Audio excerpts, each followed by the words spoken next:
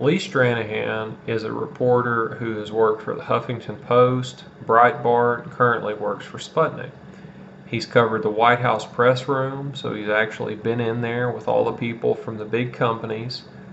This is a guy who's been doing journalism for 10 years, who used to be on the left and is now on the right, and he does a lot of independent investigative journalism. His website is thepopulist.us or populist.tv. If you look it up, you'll find it. His YouTube channel was deactivated, and I'm not entirely sure why, because I've been watching his videos for quite a while, and there's nothing on there that I would think would be remotely controversial in a society that has free speech and values that, and in a society that typically holds up journalism as some kind of social good rather than just another business. And I don't understand the grounds. According to him, he had multiple strikes for violating community guidelines, for having pieces of Al-Qaeda recruiting videos that Al-Qaeda would publish to recruit people. And he chopped those up to show what they were actually saying. And everyone knows that that's journalism. That's what journalists do. They have to provide you with primary documents, not the whole thing, but they provide you with part of it to show you what they're talking about, and then they editorialize the rest. So that's what he was doing. He was doing his job as a journalist. And YouTube gave him 3 community guideline strikes. But according, I think, to his version of events, and you'd have to ask him to be sure about this, but those videos were posted years ago, and only now, I think, only now received those strikes.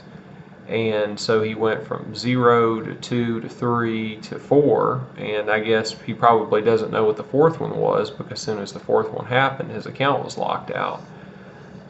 It seems to me it's probably just a way to get rid of him.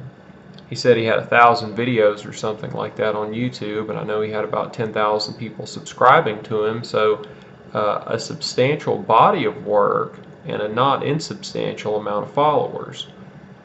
So who would have a vested interest in getting him off of YouTube? Well, the same people who didn't want to elect Trump, basically. Lee Stranahan is critical of radical Islamic terrorism. He's one of those people that call radical Islamic terrorism rather than just terrorism or freedom fighters or whatever else you might want to call it. So he's pro-Trump. He criticizes those people for being what they are, Islamic terrorists with a fundamental outlook. And apparently that's just too much for some people to take.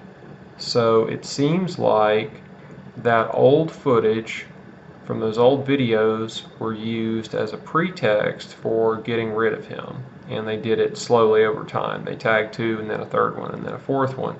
They didn't do it all at once. So basically, YouTube has shown us that they are not just going to delist people's videos, but they're actually going to use a pretext to completely get your stuff off of YouTube. And I'm not going to delete any of my stuff from YouTube. I'm not going to close my account. They're going to have to delete all of my shit the exact same way.